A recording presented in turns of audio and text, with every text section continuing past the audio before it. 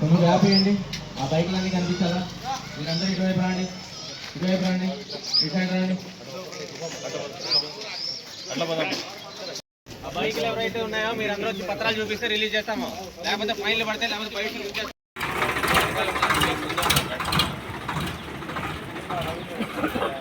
కొట్టుకోవడము, ఇక్కడ అనవసరంగా ఒకరొకరిని ఇబ్బంది పెట్టుకోవడం అనేది ఎక్కడైనా మేము చూసామంటే మీ పైన రౌడీ షీట్ ఓపెన్ చేస్తాము. అవసరం ఉందంటే చిన్న చిన్న పని చేసిన సస్పెక్ట్ షీట్ ఓపెన్ చేస్తాము. మళ్ళీ మీకు సంబంధించిన వర్క్కి కానీ, మీకు ఏదైనా గవర్నమెంట్ స్కీమ్స్ పరంగా కానీ, అదేవిధంగా మీ పిల్లలు కూడా భవిష్యత్తులో బయటికి ఎక్కడైనా వెళ్ళాలంటే కూడా ఇదన్నీ కూడా మీకు అండగా ఉంటాయి.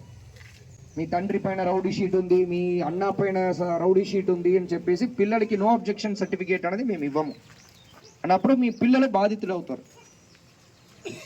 ఓకే, తర్వాత ఇక్కడ కొంతమంది తాగేసి గొడవ చేస్తున్నట్టు కూడా మనకు ఇన్ఫర్మేషన్ ఉంది. మేము వాచ్ చేస్తున్నాము. మళ్ళీ నేను నెక్స్ట్ టైం వార్నింగ్ అనేది ఏమి ఇవ్వము. తర్వాత మేము ఏం చేయాలో అది చేస్తాము. ఓకే, మీకు అర్థమైందా? రెండవది, ఇప్పుడు ఈ బైక్ అన్నీ సీజ్ చేసాము. ఓకే, ఇప్పుడు నేను ఏంటంటే రావుల చెరువు ప్రజలు మీకు కొంతమంది అవగాహన లేకపోవచ్చు. మీరు బైక్ తీసుకున్న తర్వాత ఎక్కడ నుంచి బైక్ కొనుక్కుంటున్నారో తక్కువ డబ్బులకు వస్తాయని చెప్పేసి మీరు వండి డాక్యుమెంట్స్ ఏమి లేకుండా మీరు తీసుకుంటుంటారు.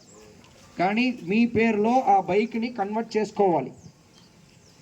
అర్థమైందా?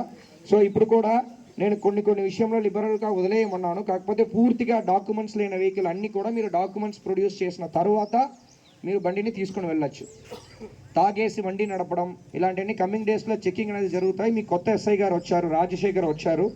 సో మీకు ఏదైనా ప్రాబ్లం అంటే వాళ్ళు వచ్చి మీకోసం నిలబడతారు. అదేవిధంగా మీరు తప్పు చేశారంటే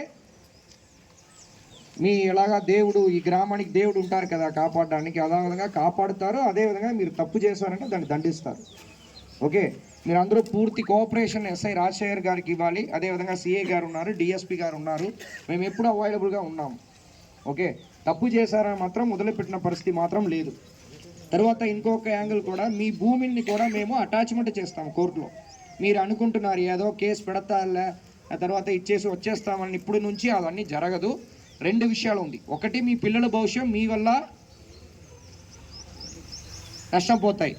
రెండవది, మీ దగ్గర ఏమేమి ఆస్తి పరంగా భూములు ఉన్నాయో ఆ భూములని కూడా వీళ్ళు ఒక్కసారి చెప్పినా విన్నట్లేదు. ఈ వ్యక్తి ప్రతిసారి ఇలాంటి ప్రాబ్లం క్రియేట్ చేస్తూనే ఉన్నారు విలేజ్ అని చెప్పేసి మీ పొలం ఏముందో దాన్ని కూడా కోర్టులో అటాచ్మెంట్ చేస్తాం.